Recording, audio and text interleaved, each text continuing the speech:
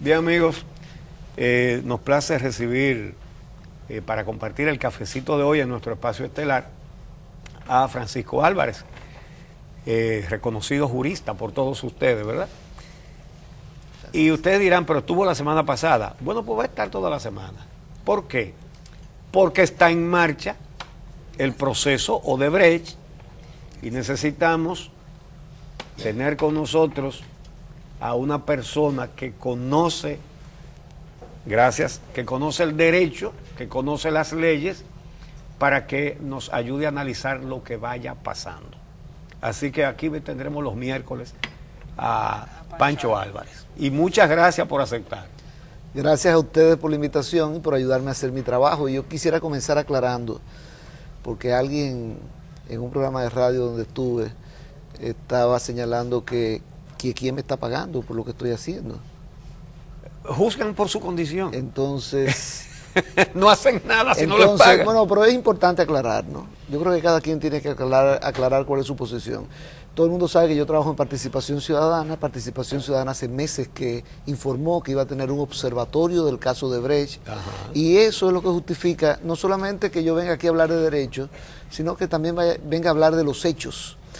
Porque, obviamente, y justo porque está en ese observatorio, estás al tanto de cada paso y por eso queremos contar contigo cada semana aquí. Bueno, pues aquí estoy a disposición de ustedes. Bueno, yo creo que era un hecho inminente el que algunos de los acusados, de los imputados, comenzaran a oponerse a que el juez Ortega conociera el juicio preliminar. Ya lo habíamos visto, pero ahora se produce recusación del juez y en otros casos, como el de Víctor Díaz Rúa, fue un recurso de oposición. Entonces, ¿qué significa esto para el proceso? Varios han recusado al juez, ese es el término. Estamos hablando de el presidente del PRM, Bautista, hoy Díaz Rúa, ¿cómo se llama? Ángel Rondón también lo va a hacer.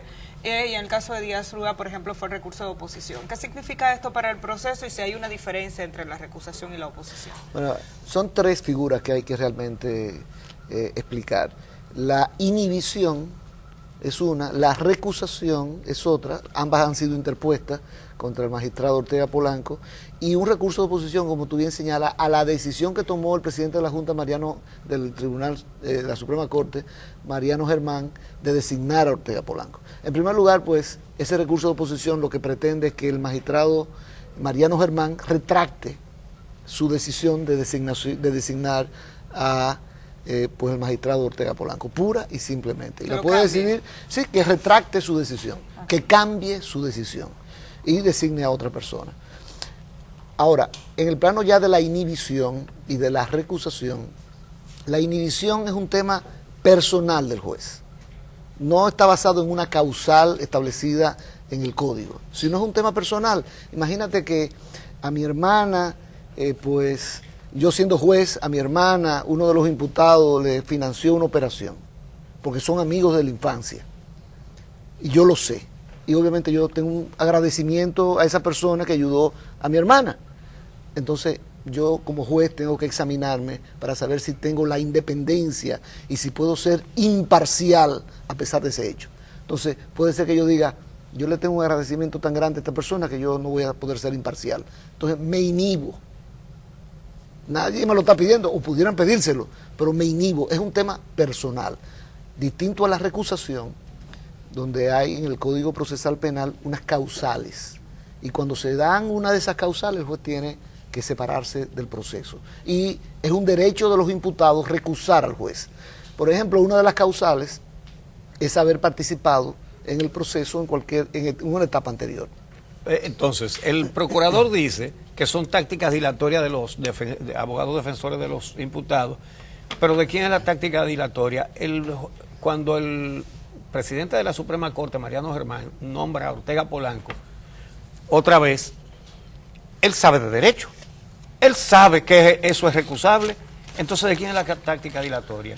Bueno, yo creo que efectivamente había suficientes elementos para saber que el magistrado Ortega Polanco iba a ser recusado. En consecuencia, tal vez no hubiésemos podido ahorrar esta posposición de la audiencia preliminar provocado por la recusación.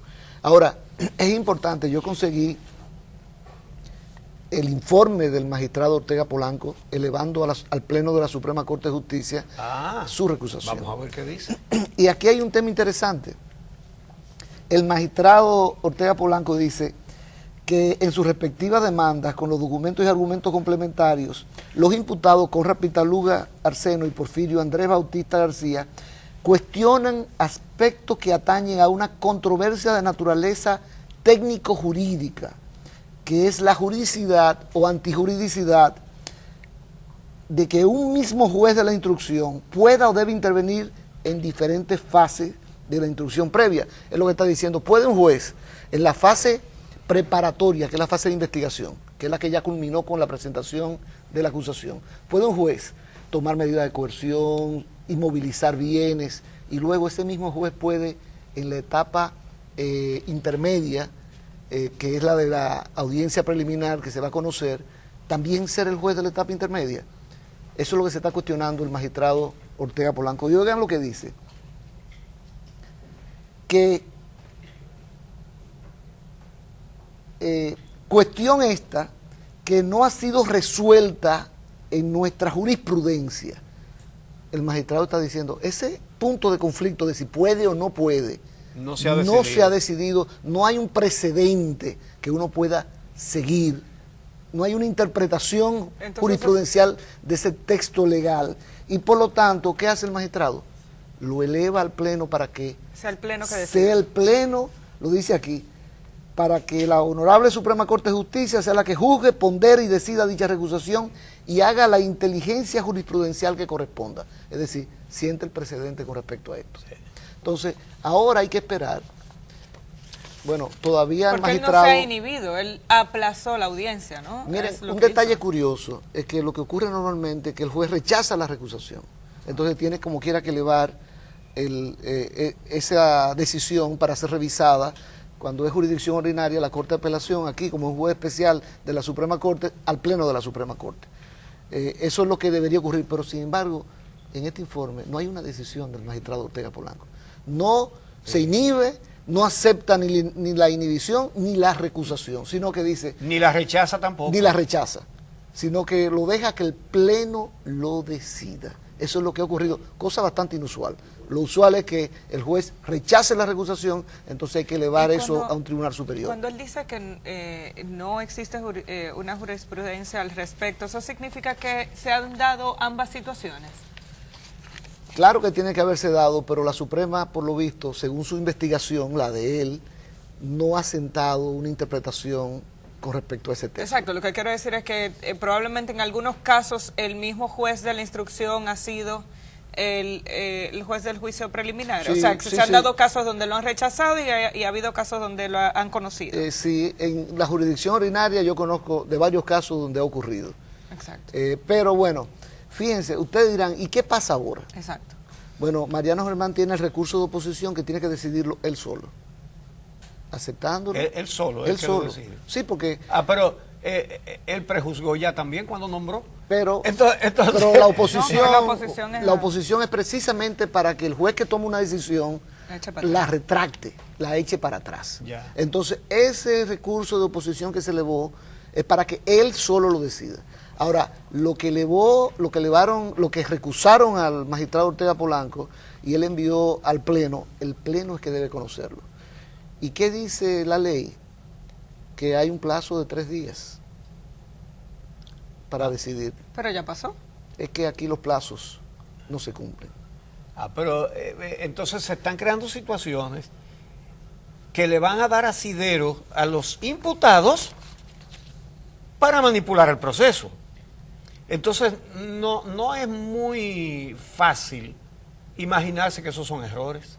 Mira, el artículo... Es decir, se están creando condiciones en el procedimiento para que los imputados puedan tumbar ese proceso. Fíjate, con este tema no, porque es bastante usual dentro de la estrategia de los imputados ganar tiempo. Ganar tiempo porque... Sobre todo si no están en la cárcel. Exacto. Entonces, eso es usual. Y obviamente tú dirás, pero esa estrategia de ganar tiempo perjudica el proceso en sí mismo. perjudica a la justicia, perjudica a la ciudadanía, porque esos procesos deberían decidirse en tiempo mucho más breve, y no ocurre así por todos los incidentes que se plantean. Pero fíjense, el Código Procesal Penal, en el artículo 82, que se titula Trámite de la recusación, establece que si se estima necesario, el tribunal, que en este caso es el Pleno de la Suprema Corte, conociendo de la recusación, fija audiencia para recibir las pruebas e informar a las partes. Y dice, el tribunal competente, que es el Pleno, repito, resuelve el incidente dentro de los 3 días sin que su decisión esté sujeta a recurso alguno. O sea que aquí la pregunta, sí se queda. Aquí la pregunta es si el Pleno de la Suprema va a ser diligente decidiendo este tipo de tema, o este tema en particular que merece la atención de toda la ciudadanía. Ese plazo de 3 días es está establecido específicamente para el tema de la recusación del juez, no para el de la oposición. No. El de la oposición, el presidente de la Suprema se podría tomar, como él dijo, ¿cómo fue que él dijo? Que en su momento es suyo. Es que él tiene que consultar con su conciencia. Entonces, ¿tú estás seguro que eso con su conciencia? Eso fue lo que él dijo, ¿no? Que él iba a consultar solamente con su conciencia en los temas que tiene que ver con las decisiones que él debe tomar. Pues como es con su propia conciencia, él no va a tener una polémica con él mismo, de manera que eso no necesita tiempo. Pero si usted me dicen, hazte un vaticinio de cuándo va a arrancar de nuevo, porque se suspendió ya la audiencia que estaba fijada para la semana próxima. Exacto. Yo no me atrevería a hacer un vaticinio. La suerte es que este es un caso que está en la atención pública y eso puede ayudar a disminuir, pero la realidad es que la Suprema Corte, en casos ordinarios... Pero retrasarlo puede también tener el propósito de que vaya disminuyendo la atención pública sobre el proceso. Y cometería un error si esa es la intención, porque este caso, cuando se celebre la primera audiencia de etapa intermedia, de la audiencia preliminar, sea dentro de 2 o 3 semanas, o sea, dentro de 6 meses, la atención pública va a estar ahí, porque los medios están prestándole con toda la razón, pues, mucha atención a este caso, y no creo que esa estrategia vaya a funcionar. Ahora, hay un tema que concita la atención de la gente, y es el siguiente. Uno de los muchos detalles que se han dado de este expediente indica que a Víctor Díaz Rúa le imputan enriquecimiento ilícito, lavado de activos, etcétera, etcétera, y va a haber recibido soborno, y le hacen cuantifican en 35 mil millones de pesos, ¿verdad? Él alega en declaraciones que ese dinero es del PLD, que está en cuenta del PLD. Y entonces, el Ministerio Público, el procurador, la procuraduría, le replica que del PLD son solamente 123 millones y los 35 mil son de él. Pero si hay 123 millones que son del partido, no debería estar imputado el partido. Fíjate. Aunque sean 10 pesos. Como persona civilmente responsable, porque obviamente se producen daños, pero aquí el tema sobre esto que reveló el abogado de Víctor Díaz, Miguel Valerio, de que esas cuentas realmente son del PLD, me llamó mucho la atención, porque entonces yo me preguntaba, ¿y es entonces que el PLD tiene cuenta a nombre de personas físicas? Cuando debería tener cuenta a nombre del PLD. Eso es lo que está diciendo, que es una persona, un partido que fue el que le dio más trabajo presentar su informe financiero. Y el PLD tiene personalidad propia para tener cuentas abiertas a nombre del PLD. Y escuché a al abogado de Víctor Díaz, Miguel Valerio, diciendo, no, es que decía los cheques decían cuenta de campaña, cuenta del PLD. Sí, pero ¿a nombre de quién está abierta? De la persona física. Antes existía una práctica que la banca ha ido desterrando, de que yo voy y digo, abre una cuenta personal a mi nombre y ponle que es cuenta de Uchi Lora. Y a través de esa vía, esa cuenta era, ¿de quién era? Mía, no de Uchi Lora.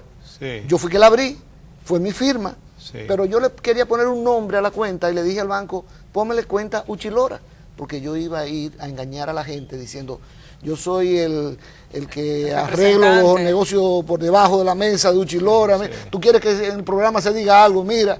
Entonces la banca comenzó a restringir ese tipo de práctica, precisamente porque era mal utilizada. Y ahora resulta que por lo visto entonces el PLD la estaba utilizando. Y la gente dice... O el PLD tiene que aclararlo. Si no, o la gente dice... ni media palabra. La gente dice, es que no hay infracción, no hay una penalidad a esa práctica. La ley electoral no establece una pena. Y yo me he cansado de repetir que eso no es cierto. Que el artículo 55 de la ley electoral vigente dice que solo son válidos, que solo son lícitos, esa es la palabra que utiliza, los fondos que reciben los partidos del Estado, la contribución que le da el Estado, o de las personas físicas. ¿Cómo tú puedes interpretar eso? Que todo lo demás es ilícito. Si solo son lícitos, si hay contribuciones de empresa como empresa, es ilícito. Entonces, dicen, pero no hay penalidad contra eso. No me diga, pues hay un artículo, creo que 172, al final de la ley electoral vigente, que dice, cualquier violación a esta ley se castiga con pena de prisión de, creo, de 3 meses a 1 año. Entonces hay una pena. Ah, bueno, que apenas un año. Bueno, comencemos por ahí. Está bien. Comencemos por ahí. Eso no se ha aplicado. Eso no se ha aplicado nunca. Exacto. O sea que, ¿por qué no comenzar por ahí? Pero miren. Pero entonces, espérate, en este caso específico, de que hay dinero del PLD en cuentas de Víctor Díaz Rúa, ¿no debería estar eso formando parte del expediente? Sí, porque obviamente, ¿en qué consistió el soborno? En entregar fondos para lograr aprobaciones. Ahora, los fondos se entregan ¿de qué manera? De múltiples maneras. Puede ser hasta inclusive para financiar campañas ilegalmente. Eso tú puedes sobornar a un legislador que está siendo candidato a su misma posición y entonces una persona cualquiera le da un dinero para su campaña, pero a cambio de que cuando él pues llegue, si no es el legislador, o a cambio de que vote y consiga que otros voten a favor de un contrato que yo estoy obteniendo con el Estado. Eso también es soborno, ese tipo de práctica, ¿no? Pero yo quería referirme, ustedes saben que ayer salió un espacio pagado, que creo que va a ser el primero de muchos, ¿no? De Ángel Rondón. Sí. Donde él está en un párrafo explicando su situación fiscal. Y eso me lleva primero a un comentario general sobre la acusación. Me encontré extraño que en la acusación hay referencias muy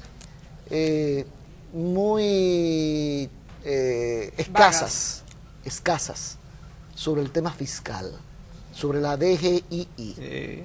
Porque que por ahí están agarrados.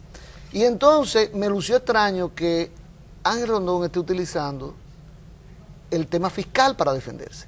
¿Qué es lo que él dice? Y en su comunicado, él señala que sus empresas han pagado 998 millones de pesos de impuestos, creo que en el periodo que se está revisando, ¿no?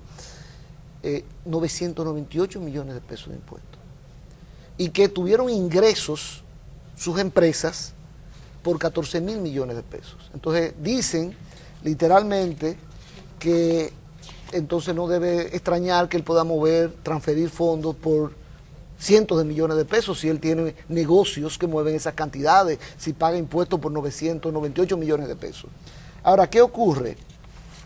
Ocurre que en esa posición que Ángel Rondón señala, dice, esos ingresos de mis empresas, que sumados a los ingresos por Odebrecht, demuestran claramente que es posible que yo transfiera esa cantidad de dinero. ¿Cuál es la clave aquí? Esos ingresos sumados a los de Odebrecht, o sea que son separados. Son separados. Los 14.000 millones de sus empresas por un lado, sí, y sumados a los ingresos que recibe por Odebrecht. ¿Cuántos fueron los ingresos que recibió por Odebrecht? Según la acusación, 136 millones de dólares. No ya no 22, sí, sino 136 millones de dólares. Usted multiplica eso, y lo lleva a pesos, y le da casi 7.000 millones de pesos. 6.600 millones de pesos. Y si usted tributara sobre esa cantidad, sin tomar en cuenta los gastos que son deducibles del impuesto, pagaría 1.800 millones de pesos. O sea que se está quedando corto. Se está quedando corto. Es que él mismo está confesando que ha pagado la mitad de lo que tenía que pagar. La pregunta es, ¿y el Ministerio Público pudo determinar? Y yo me imagino que sí, si esos fondos que Ángel Rondón admite como legítimos, esas transferencias que le hizo Odebrecht a sus cuentas fuera del país, el Ministerio Público pudo indagar si pagó impuestos sobre esa cantidad, sí o no. En la acusación no figura.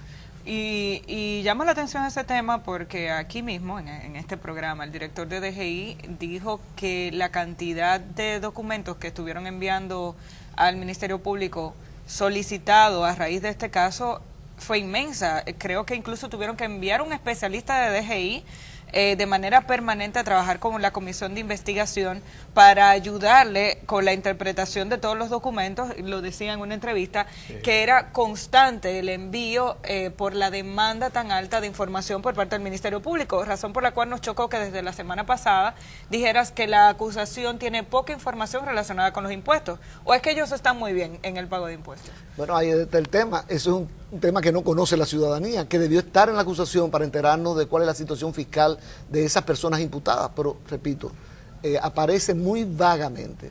O sea que yo creo que todo el mundo sabe que Al Capone lo condenaron fue por evasión de impuestos, porque no le podían probar los crímenes que cometía su banda. De manera que esa es una de las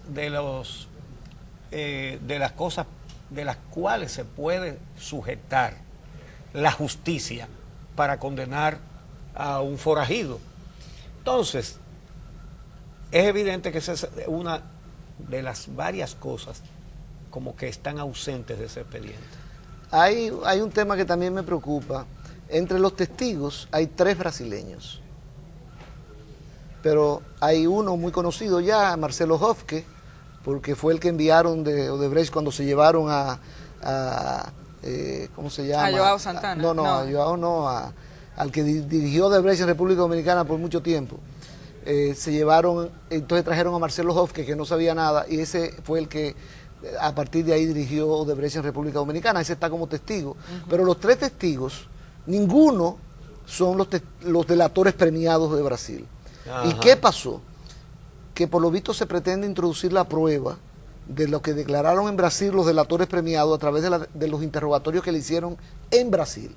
Son interrogatorios que fueron focalizados en el caso Brasil. De Brasil, claro. Entonces, lo que debió haber hecho, y por lo visto no aparece referido en la acusación, es, en primer lugar, pedir autorización a las autoridades brasileñas, como hicieron los fiscales peruanos, para que los fiscales dominicanos fueran e interrogaran allá a todos los delatores premiados, ajá, con el énfasis en República Dominicana. Ahora, lo segundo es que debieron utilizar, y no aparece, pues el testimonio de todos esos delatores premiados. Claro, van a decir, no van a poder venir a República Dominicana. Pues entonces hagan esos interrogatorios en las audiencias vía videoconferencia. Yo tengo que decir que Brasil es el líder de la región en esa materia, de colaboración judicial internacional vía interrogatorio de testigos por videoconferencia. Y que de hecho en la Fiscalía del Distrito Nacional ya tiene más de 20 casos que ha utilizado ese mecanismo de interrogar a testigos que no están disponibles en República Dominicana vía videoconferencia. Eso no aparece, y lo único que vamos a tener entonces son las declaraciones de los delatores premiados, que son declaraciones muy generales. Pancho, creo que no podemos desaprovechar la oportunidad de que perteneces a la Comisión de Temas Políticos y Electorales de Participación Ciudadana. Yo soy el coordinador de la Comisión de Análisis Político. De Análisis Político de Participación Ciudadana, para que nos des tu opinión con relación a la resolución de la Junta Central Electoral que busca prohibir la campaña en espacios abiertos, caravaneo, la colocación de vallas en la pre-campaña electoral, y las declaraciones de algunos de los aspirantes a ser candidatos, como la de Leonel Fernández y su equipo, rechazando esa resolución. Mira, yo creo que Leonel Fernández ha cometido un doble error. Un error jurídico por un lado y un error político. El jurídico, ustedes saben que los abogados, siempre usted puede sentar aquí mañana a cualquiera de los abogados del caso de Odebrecht y va a decir tal vez cosas distintas a las que yo estoy diciendo, ¿no? Sí. Ese es su rol, su papel. O sea que con el tema jurídico tú vas a encontrar posiciones de todos los tipos. Cristóbal Rodríguez, Nácer Perdomo, piensan igual que yo, o más bien yo pienso igual que ellos, en el sentido de que la Junta Central tiene perfecta potestad constitucional para poder reglamentar los tiempos de campaña directamente. Claro. Porque la Constitución le da a la Junta Central Electoral, creo que el artículo 212, una potestad reglamentaria general. Dice, la Junta podrá reglamentar todos los temas de su competencia. Así dice la Constitución. Pero 3 párrafos más adelante, la Junta le da una potestad reglamentaria directa sobre temas concretos y dice, la Junta podrá reglamentar los tiempos de campaña, la participación en los medios de comunicación. Ya ahí es un mandato directo. Entonces pueden venir a decirme, no, que tiene que ser a través de una ley. Entonces sería un absurdo esa disposición constitucional. ¿Para qué sirve decir que la Junta puede reglamentar los tiempos de campaña si tiene que ser a través de una ley? ¿Para qué sirve eso? El derecho es lógica, y la lógica indica ahí que la única utilidad que tendría esa disposición es si ellos pueden hacerlo directamente. Si no, no había necesidad de ponerlo. Entonces, para mí, jurídicamente, y lo he defendido siempre, la Junta puede reglamentar eso sin necesidad de una ley que la habilite, porque quien la habilita directamente es la Constitución de la República. Okay, ¿y el otro error? Lo que Leonel está planteando es el principio. El principio es que todos los derechos fundamentales se regulan por ley. Pero todo principio tiene su excepción. Y para que una excepción a ese principio que está en la Constitución sea válida, tiene que estar esa excepción en la misma Constitución. Pues está en la Constitución. La Constitución es que establece una excepción a ese principio de que los derechos fundamentales se regulan por ley. Ese es, en mi opinión, con todo respeto al presidente Fernández, entiendo que ese es un error jurídico. Pero yo creo que el error que más pesa es el error político.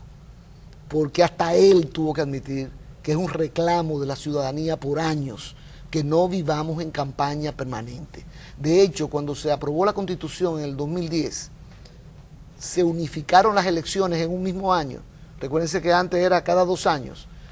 ¿Cuál fue la razón que se arguyó en ese momento?